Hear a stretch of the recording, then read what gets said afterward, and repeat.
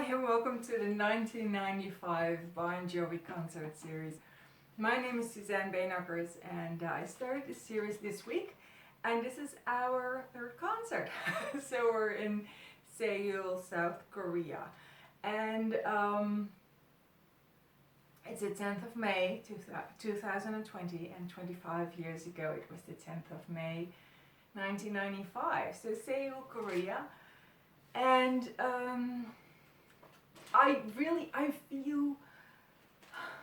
I felt like pressure to get this one right, because as opposed to episode number 1 and 2, this one was very well documented. Here, any noise in the background, that's my cat playing with paper. So, oh, they're having a chase. They're having a living room chase. So,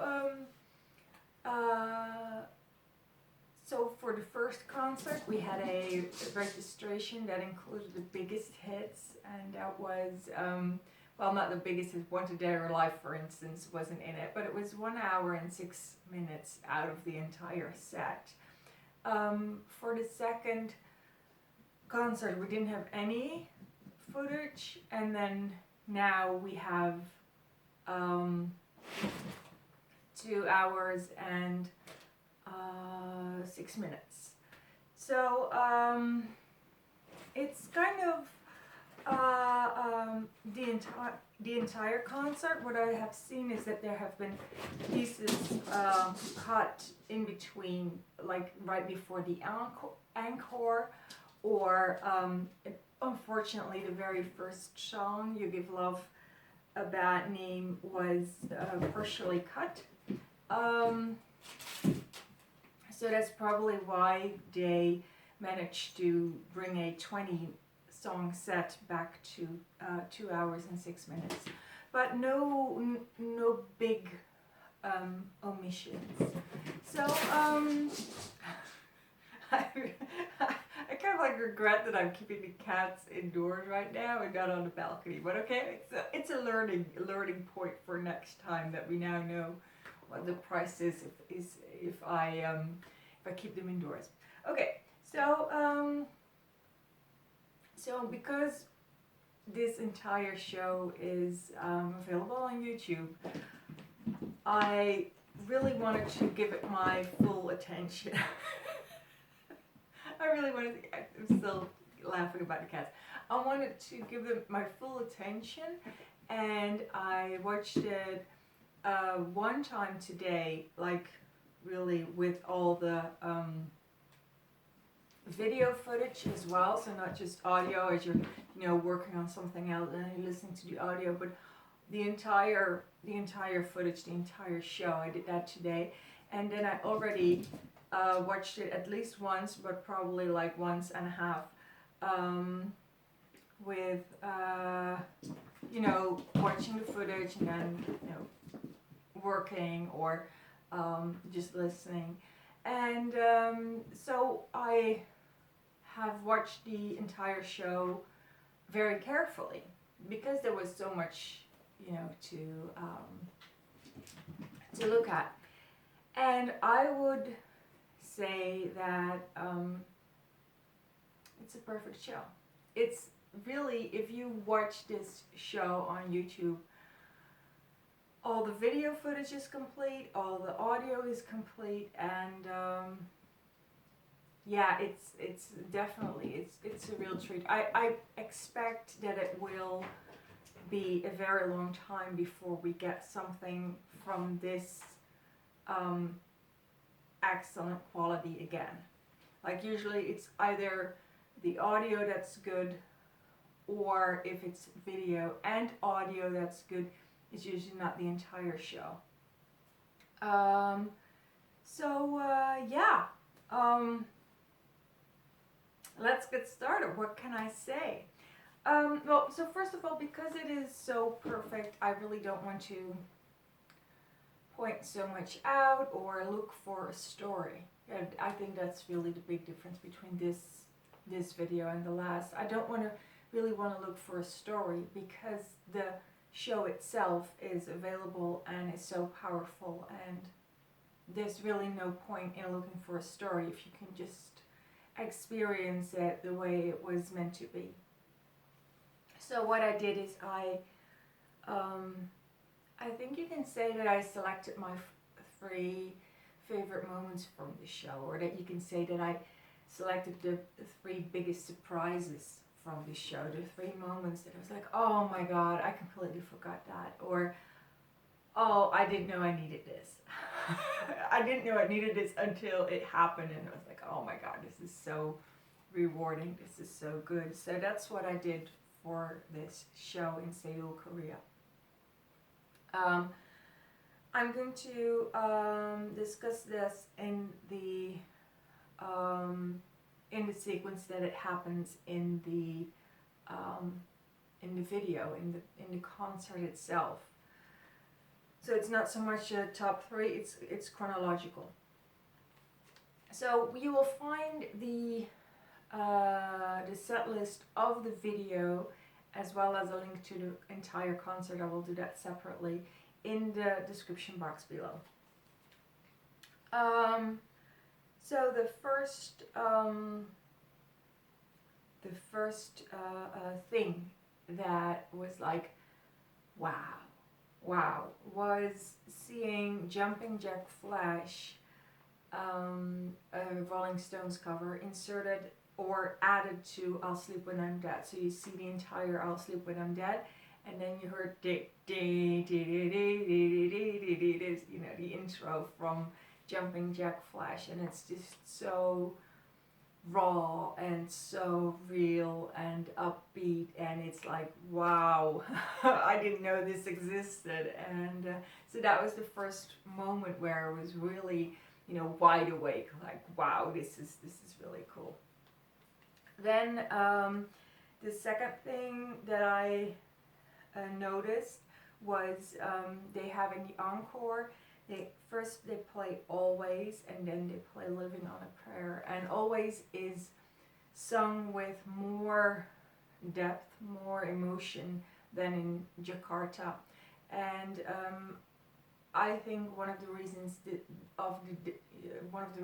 that would explain the difference is because there were riots in Jakarta. So maybe something, or maybe that has influenced how Jon Bon Jovi felt during the concert, and he just couldn't dig that deep inside of himself. But in Always, in Seoul, South Korea, it starts out with a little bit of bravado, but as the song progresses, you can really feel that he's kind of going inward deeper. So that was my experience of it. It was definitely more emotional, sensitive way of doing the song. And but that's not what I noticed. What I noticed was after Always, they played Living on a Prayer, and that combination of first that really deep emotional song Always, and to then have it, I think, do I have a, no I didn't, but it starts Living on a Prayer with just the voice singing. I think it's Jon Bon Jovi, or is it Richie Sambora who does that this time? I think Jon Bon Jovi just singing. So it's kind of like a smooth transition from Always to Living on a Prayer. And then after the a cappella singing of Living on a Prayer, it starts with, the intro, which is with the mouthpiece from the guitar. I say mouthpiece, but it's, you know what I mean, the typical intro from Living on a Prayer. And then the music picks up into, moving into Living on a Prayer.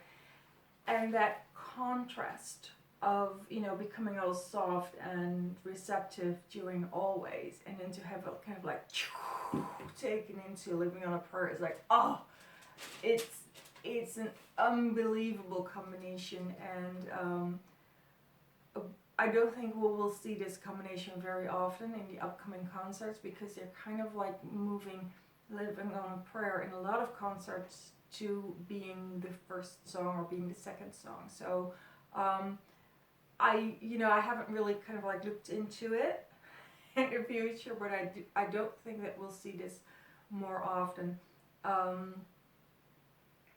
But who knows, maybe we will. Yeah, so I really like that. I really like kind of like the soft, mellow, emotional thing from Always moving into kind of like exploding into Living on a Prayer. So I really like that. Oh, the set list is also in the description box, so you can find, okay, where can I find these songs in the recordings? Like, is it on the end, is it in the middle? So that was the second thing I found very powerful in this show. And the third thing oh my God, that was just like, we missed this, was the acoustic, or not acoustic, but the guitar intro to Wanted Dead or Alive. It's like a minute or 2 minutes from Richie Sambora just playing his guitar, and you don't know that it's going to end up in Wanting Dead or Alive. It's just a man and his guitar. So that's already very powerful, just listening to that acoustic, or not acoustic, to Richie Sambora playing his guitar as an intro to something else that's coming. So that's really powerful. So you have this guitar music and you're listening to it, and then he closes it, and he thanks the audience, and then it moves into the intro of Wanted Dead or Alive. Really beautiful. And then as the song, and they start singing, and during the song, that voice from Richie Sambora during Wanted Dead or Alive, I was like, oh my God, we missed this so much. That voice was so instrumental for the sound of Wanted Dead or Alive, but in general, the sound of Bon Jovi. And I thought that was a really moving moment. But that's of course because now it's 2020, so it has all this extra depth of knowing that Richie Sambora has left the band, and that in 2020, Wanted Dead or Alive can never sound like that anymore because he's not with the band anymore. So that was like, oh, cry, good cry over Richie Sambora no longer being with the band. So those were my three things which I really noticed, and I'll just kind of like bullet point them out for you in the description box on YouTube. And then I'll see you again on Wednesday, 13th of May. And it's in Fukuoka, Japan. So Fukuoka, Japan. And I'm actually premiering a set list. The set list from Fukuyama, Japan, Fukuoka, Japan, isn't known currently. And I've had someone sharing his information, his set list, which he will be publishing in the upcoming days or weeks. He will upload the entire tour to his set. But I approached him and said, okay, by any chance that you find a set list, and can I have it? And he was so kind to email it to me. So Fukuoka, Japan will be our next stop. See you then. Bye.